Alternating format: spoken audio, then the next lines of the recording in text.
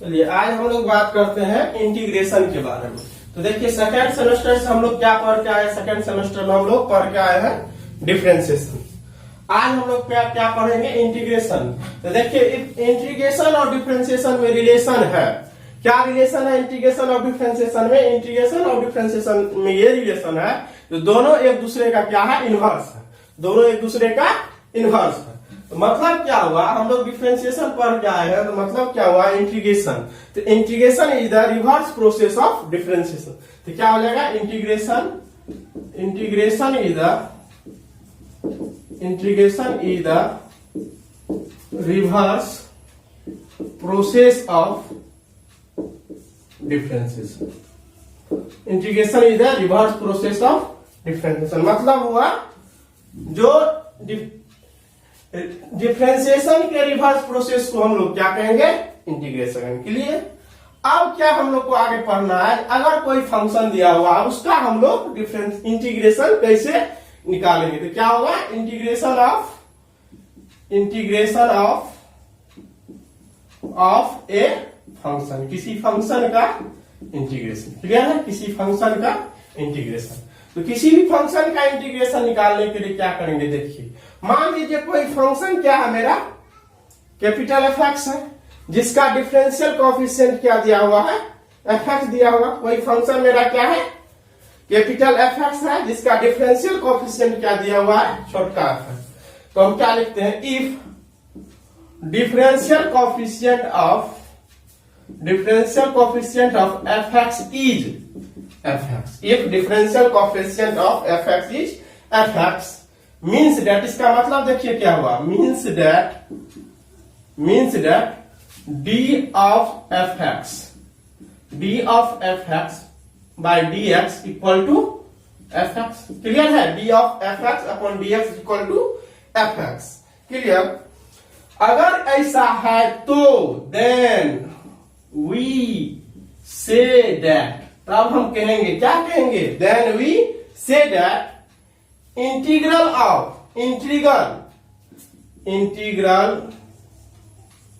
और प्रीमिटिव, इसी को हम लोग प्रीमिटिव कहते हैं। इंटीग्रल और प्रीमिटिव ऑफ एफ एक्स। कौन एफ एक्स, छोटका F X is fx and its symbol is written as, इसके सिंबल को हम लोग लिखते हैं, कैसे लिखते हैं, integration of F X D X equal to F X. Clear हो गया, integration of F X D X equal to F x. Integration of F X D X, integration of F X D X equal to F X. Clear है कहानी, integration of F X D X equal to F x.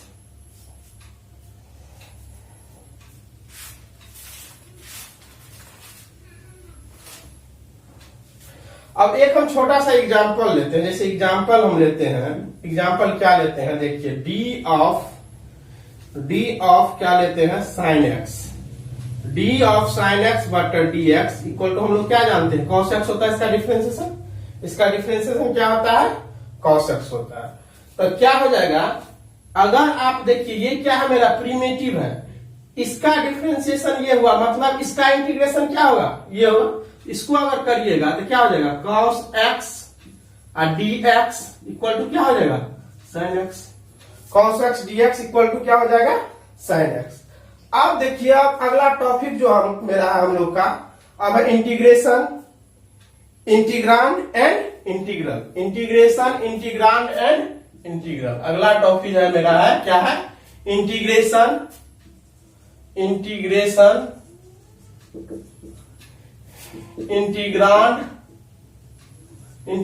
क्या होता है, integrand क्या होता है, integrand and integral क्या होता है, इंटीग्रल। अब देखिए इंटीग्रेशन क्या होता है, इंटीग्रांड क्या होता है और इंटीग्रल क्या होता है, इसके बारे में हम लोग जानेंगे। तो देखिए ये मेरा क्या हुआ, ये देखिए ये मेरा है साइन ऑफ इंटीग्रेशन, ये मेरा क्या है साइन ऑफ इंटीग्रेशन। मान लीजिए यहां हम लोग एफ एक्स लिख दिए, यहां क्या लिख दीजिए एफ एक्स लिख दीजिए, ये dx, इसके बराबर हम लोग लिख दिए एफ एक्स प्लस सी। क्लियर है कहानी, इसके बराबर हम लोग क्या लिख दिए एफ एक्स प्लस सी। ये देखिए ये मेरा क्या है, ये है मेरा साइन ऑफ इंटीग्रेशन, इंटीग्रेशन का साइन, ये मेरा क्या हुआ इंटीग्रेशन का साइन। ये मेरा क्या हो गया, ये मेरा क्या हो गया बताइए, ये मेरा हो गया साइन ऑफ इंटीग्रेशन, ये मेरा क्या हो गया इंटीग्रांड, ये मेरा क्या हो गया इंटीग्रांड, ये मेरा क्या हो गया इंटीग्रल, इंटीग्रल, ये क्या हो गया मेरा इंटीग्रल, ये क्या हो गया मेरा, ये मेरा हो गया arbitrary, arbitrary, arbitrary constant. Clear हो गया बात, ये मेरा क्या हो गया आर्बिट्री कांस्टेंट। अब देखिए क्या क्या हम बोल रहे हैं, देखिए ये मेरा हो गया इंटीग्रेशन का साइन, ये मेरा हो गया इंटीग्रांड, ये तो डिफरेंशिएशन से आता है, जिसके जो जिसका फंक्शन है उसके रिस्पेक्ट में होगा इंटीग्रेशन। ये मेरा क्या हो गया इंटीग्रल, ये मेरा क्या हो गया आर्बिट्री कांस्टेंट्स। अब देखिए क्या क्या होता है, process of finding integration, process of finding integral, process of finding integral is known as integration, process of finding integral is known as integral. मतलब हो गया इंटीग्रल ज्ञात करने की प्रोसेस को, इंटीग्रल ज्ञात करने की प्रोसेस को हम लोग क्या करते हैं इंटीग्रेशन करते हैं। क्लियर हो गया, जिस फंक्शन का हम लोग इंटीग्रेशन निकालते हैं, जिस फंक्शन का हम लोग इंटीग्रेशन निकालते हैं उसको हम लोग कहते हैं इंटीग्रांड। जिस फंक्शन का हम लोग इंटीग्रेशन निकालते हैं तो उसको हम लोग क्या कहते हैं इंटीग्रांड कहते हैं। और इंटीग्रल क्या हुआ, जो इंटीग्रेशन का वैल्यू हुआ वो हो गया मेरा इंटीग्रल। देखिए इंटीग्रेशन जो होता है मेरा दो टाइप का होता है, एक होता है डेफिनिट इंटीग्रेशन, एक होता है इंडेफिनिट इंटीग्रेशन। तो अभी हम लोग चर्चा कर रहे हैं इंडेफिनिट इंटीग्रेशन का। इंडेफिनिट इंटीग्रेशन में हम लोग क्या करते हैं आर्बिट्री कांस्टेंट को ऐड करते हैं, क्योंकि इंडेफिनिट इंटीग्रेशन का वैल्यू जो है आर्बिट्री कांस्टेंट पे डिपेंड करता है। कैसे डिपेंड करता है अभी हम बता रहे हैं सब कुछ आगे। तब इसका हम लोग डिफिनेशन हम लोग लिखते हैं, क्या होता है इसका डिफिनेशन, तो लिखते हैं the process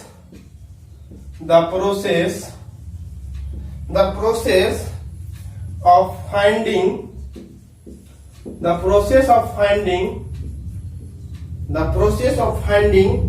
integral, the process of finding integral, the process of finding integral, the process of finding integral, the process of finding integral of a function, of a function, of a function is called integration. देखिए क्या बोले हम, process of finding integral of a function is known as integration. मतलब integral ज्ञात करने के process को, integral ज्ञात करने के प्रोसेस को हम लोग क्या कहते हैं इंटीग्रेशन कहते हैं। क्या कहते हैं integration. And the end function which and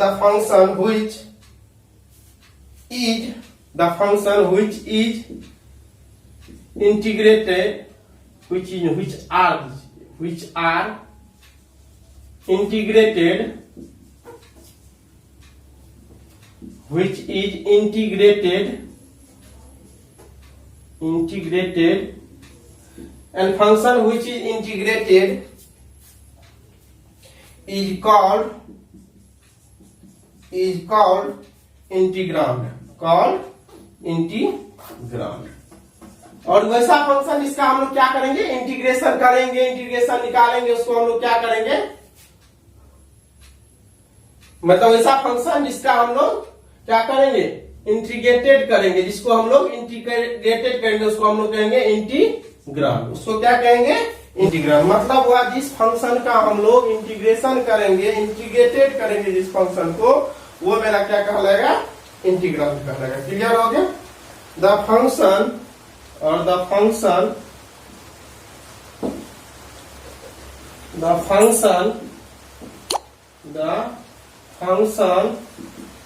whose DC मतलब डिफरेंशियल कोएफिशिएंट, वैसा फंक्शन जिसका differential coefficient is integrated, whose differential coefficient is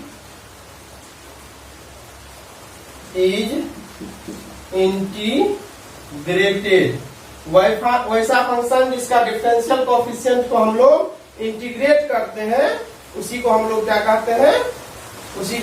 कहते हैं? इंटीग्रल।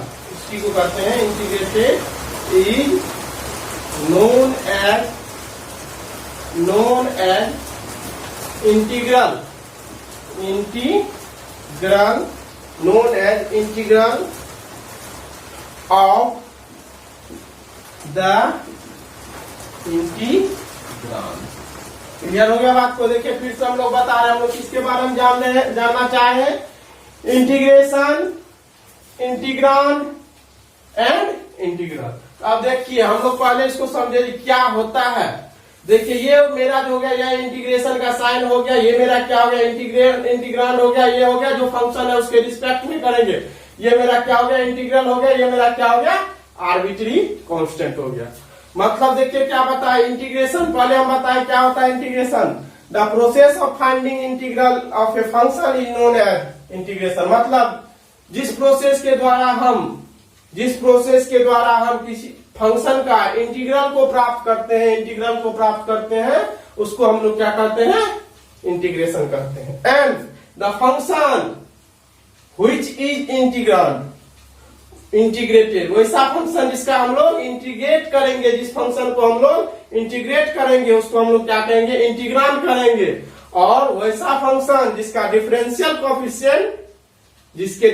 कोएफिशिएंट को हम लोग इंटीग्रेटेड करेंगे, उसको हम लोग कहते हैं integral of the integral. Clear है कहानी यहाँ तक? यहाँ तक कोई दिक्कत नहीं होना चाहिए। अब हम लोग आते हैं इनडिफिनिट नेचर ऑफ इंटीग्रेशन। हम बताए थे तो इंटीग्रेशन हम लोग को कितने प्रकार का बोले थे? हम लोग 2 प्रकार का। कौन कौन प्रकार बोले थे? एक बोले थे डिफिनिट इंटीग्रेशन और दूसरा बोले थे indefinite integration.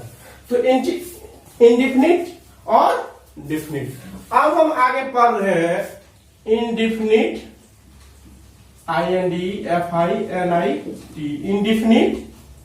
Indefinite nature of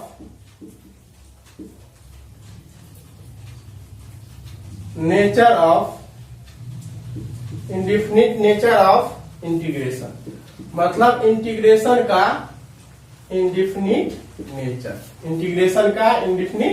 nature. Clear है? तो मान लीजिए हम मान लेते हैं if D of F X plus C, देखते रहिए, D of F X plus C upon D X equal to क्या होगा? F x. रीजन देखिए ये मेरा क्या है? कांस्टेंट है। कांस्टेंट का अगर आप इसको पहले ऐसे लिखिए तब दोबारा हम उसको इसका हम लोग ये लिख के अभी आ रहे हैं, इसका डिफरेंशियल कोएफिशिएंट क्या होगा? एफ एक्स होगा। अब देखिए क्या होगा, मान लीजिए हम इसको ऐसे कर देते हैं। कैसे कर देते हैं? देखिए it is also written as, देखिए इसको हम ऐसे भी लिख सकते हैं, it is also written as D of F X plus C upon D X equal to F X. देखिए बात को हम क्या किए, इसमें आर्बिट्री कांस्टेंट को जोड़ दिए। क्या किए? आर्बिट्री कांस्टेंट को जोड़ दिए। उसके बाद भी हम देखते हैं, अगर हम डिफरेंशिएशन करते हैं तो उसका डिफरेंशिएशन क्या आता है? स्मॉल एफ एक्स से होता है। Where C is arbitrary constant, where C is arbitrary constant. देखिए फिर से हम बोले, अगर हम क्या किए, इसमें डिफरेंशियल कोफिशिएंट को जोड़ दिए। हम डिफरेंशियल कोफिशिएंट को जोड़ दिए तो हम जानते हैं कांस्टेंट का डिफरेंशिएशन क्या होता है, 0 होता है। तो इसका भी वैल्यू क्या हुआ, स्मॉल fx ही आया।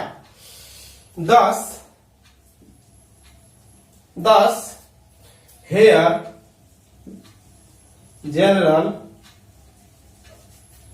value of fx integration of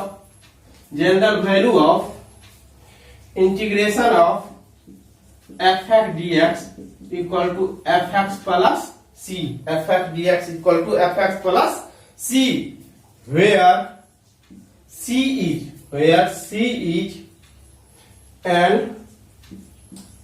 arbitrary constant and also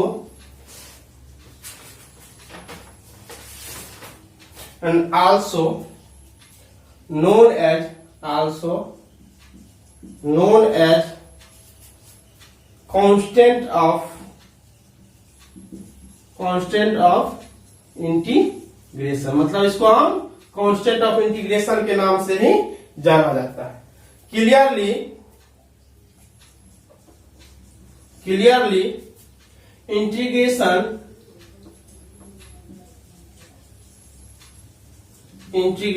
will change if c is change। देखिए अभी हम क्या बोले थे, इंडेफिनिट इंटीग्रेशन का वैल्यू किस पे डिपेंड करता है, आर्बिट्री कांस्टेंट पे डिपेंड करता है। thus integral of function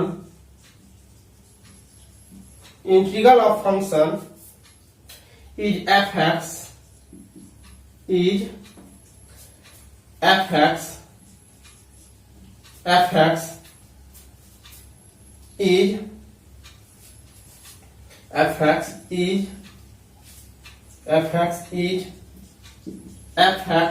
capital fx is fx, then fx is integral of function fx is fx, then fx plus c, capital Fx plus c is also be an integral of fx। क्या देखे, क्या बोले हम, अगर fx का integral क्या होगा, fx होगा तो fx प्लस c भी क्या होगा, इसका इंटीग्रल होगा। fx प्लस c भी इसका इंटीग्रल होगा। जहां पे c क्या होगा, where c is arbitrary constant, where c is arbitrary constant।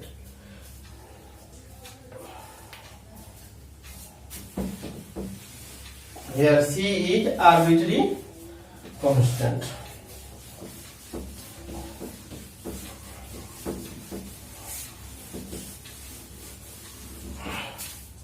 Thus we can also say that, हम ये भी कह सकते हैं, thus we can also say that integration of fx dx will have infinite number of value, will have infinite number of value, we have infinite number of value, so it is known as indefinite integration। So it is known as indefinite integration। Clear है, integration of fx। अब बताइए हम क्या बोले बात को, ये value किस पे डिपेंड कर रहा है, किस पे, इंडेफिनिट इंटीग्रेशन का वैल्यू किस पे डिपेंड कर रहा है, सी के वैल्यू पे। मतलब हुआ अगर सी का वैल्यू चेंज करेगा, अगर मेरा आर्बिट्री कांस्टेंट चेंज करेगा तो मेरा इंटीग्रेशन का वैल्यू भी चेंज कर जाएगा।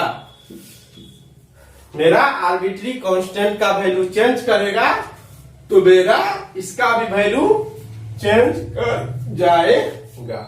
अब देखिए सम इंपॉर्टेंट फार्मूला हम बता रहे हैं, उसके बाद हम लोग क्या बताएंगे, पहला चैप्टर जो है उसके बारे में देखेंगे, ठीक है। फिर से देखिए क्या हम बोले, इंडेफिनिट इंटीग्रेशन क्या है, वैसा इंटीग्रेशन है जो किसके वैल्यू पे डिपेंड कर रहा है, आर्बिट्री कांस्टेंट के वैल्यू पे डिपेंड कर रहा है। अगर आर्बिट्री कांस्टेंट का वैल्यू चेंज करेगा तो इंडेफिनिट इंटीग्रेशन का वैल्यू भी चेंज कर जाएगा। अगर इंडेफिनिट इंटीग्रेशन में आर्बिट्री कांस्टेंट का वैल्यू चेंज करेगा तो उसका भी वैल्यू चेंज कर जाएगा। तो मतलब हुआ जो इंडेफिनिट इंटीग्रेशन का वैल्यू जो है किस पे डिपेंड कर रहा है, आर्बिट्री कांस्टेंट के वैल्यू पे डिपेंड कर रहा है। अब देखिए क्या है, हम क्या बता रहे हैं, सम इंपॉर्टेंट फार्मूला। पहला हम बता रहे हैं क्या, पहला हम बता रहे हैं किसका, x के पावर n का। देखिए x पावर n dx, इसका होता है x के पावर n प्लस 1 बटे n plus 1 plus c, n plus 1 बटे n प्लस 1 प्लस c। जहां देखिए यहाँ क्या होगा, where n does not equal to -1, अगर आप -1 दीजिएगा ये जीरो, नीचे में डिनोमिनेटर में जीरो हो जाएगा, जैसे ही डिनोमिनेटर में जीरो होगा तो ये अनडिफाइंड हो जाएगा। क्लियर। दूसरा फंक्शन हम लोग लिखते हैं, देखिए 1/x dx क्या हो जाएगा, log x प्लस c। देखिए log x का डिफरेंशिएशन हम लोग पढ़े थे 1/x, तो 1/x का इंटीग्रेशन क्या हो जाएगा, log x।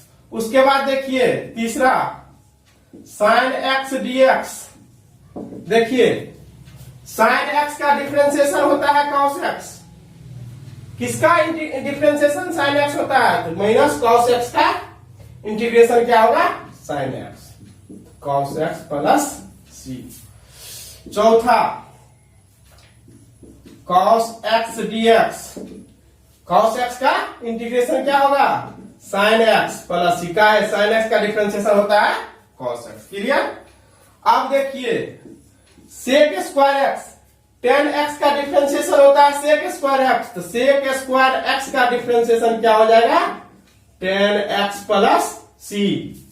छठा क्या होगा, देखिए cosec square x, cot x का डिफरेंशिएशन होता था माइनस cosec स्क्वायर x, तो cosec स्क्वायर x का डिफरेंशिएशन हो, इंटीग्रेशन हो जाएगा minus cot x plus c। अब देखिए क्या होता था, sec x into tan x, देखिए cot x का डिफरेंशिएशन होता था sec x का डिफरेंशिएशन होता था sec x into tan x, तो sec x into tan x का डिफरेंशिएशन हो जाएगा क्या, sec x प्लस c। अब देखिए क्या होगा, cosec x into cot x, cosec x का डिफरेंशिएशन होता था minus cosec x into cot x, तो क्या होगा, cosec x into cot x dx बराबर minus cosec x minus cot x plus c। Clear है कहानी, minus cot x plus cosec into cot, cosec x into cot x minus cosec x plus c। अब देखिए क्या होगा, e के power x का, देखिए क्या होगा, e के पावर x dx, e के पावर x का डिफरेंशिएशन b के पावर x होता है जिसका इंटीग्रेशन b के पावर x प्लस c होगा। अब मान लीजिए e के पावर ax dx क्या हो जाएगा, e के पावर ax बटे a प्लस c। क्लियर है कहानी। अब देखिए क्या होगा, साइन इनवर्स एक्स का होता था 1/√1 - तो क्या हो जाएगा 1/√1 - dx। क्या हो जाएगा साइन इनवर्स एक्स प्लस सी। टेन इनवर्स एक्स का होता था 1/1 + x²। इसका dx कीजिएगा क्या हो जाएगा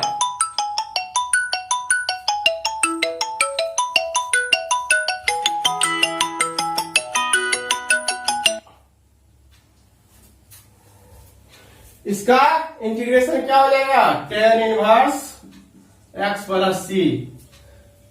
आप बताइए -1/√1 - x²। इसका डिफरेंशिएशन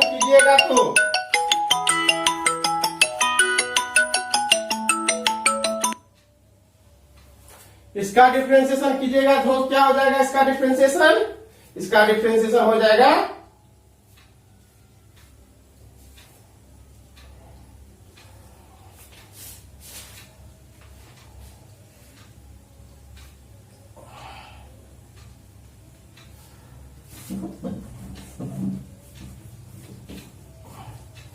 मान लीजिए हम दे दिए यहां पे क्या सेक इनवर्स एक्स, तो 1/x√(x²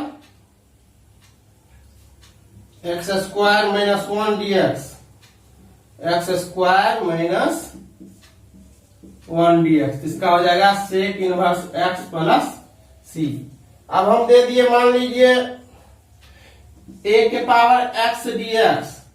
a के पावर x dx का क्या हो जाएगा a के power x upon log base E a, जहां a जो होगा ग्रेटर देन 0 हो जाएगा। अब हम दे देंगे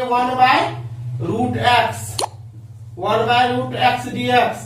इसका क्या हो जाएगा 2√x प्लस सी। क्लियर है कहानी। चलिए अब आगे हम लोग इस बेसिस पे हम लोग किसको देखेंगे सवाल को देखते हैं। इस बेसिस पे हम लोग किसको देखते हैं। एक चीज ध्यान में रखिएगा, जितना भी फार्मूला है देख लीजिए। हम लोग लिमिट में भी पढ़े थे, डिफरेंशिएशन में भी पढ़े थे। जो ये फार्मूला तब अप्लीकेबल होगा जब एंगल कौन चीज में होगा रेडियन में होगा। तो साइन एक्स में यहाँ रेडियन में होगा तब ये फार्मूला मेरा अप्लीकेबल होगा, अन्यथा अप्लीकेबल नहीं होगा। ठीक ना। तो ये फार्मूला किस चीज में होना चाहिए रेडियन में होना चाहिए। ठीक ना। ये रेडियन में होगा तभी फार्मूला अप्लीकेबल होगा, अन्यथा अप्लीकेबल नहीं होगा। तो रेडियन को किस में हम लोग कन्वर्ट करेंगे डिग्री में कन्वर्ट करेंगे। रेडियन डिग्री को किस चीज में कन्वर्ट करेंगे रेडियन में। तो मान लीजिए अब सवाल पे चलिए हम लोग चलते हैं। सवाल पे चलते हैं। जैसे मान लीजिए मेरा ये दे दिया क्वेश्चन पहला ही दे दिया sign x degree dx।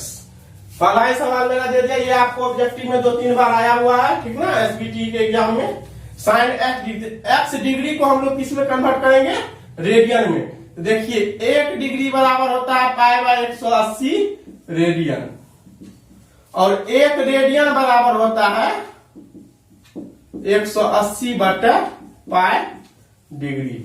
Clear है कहानी।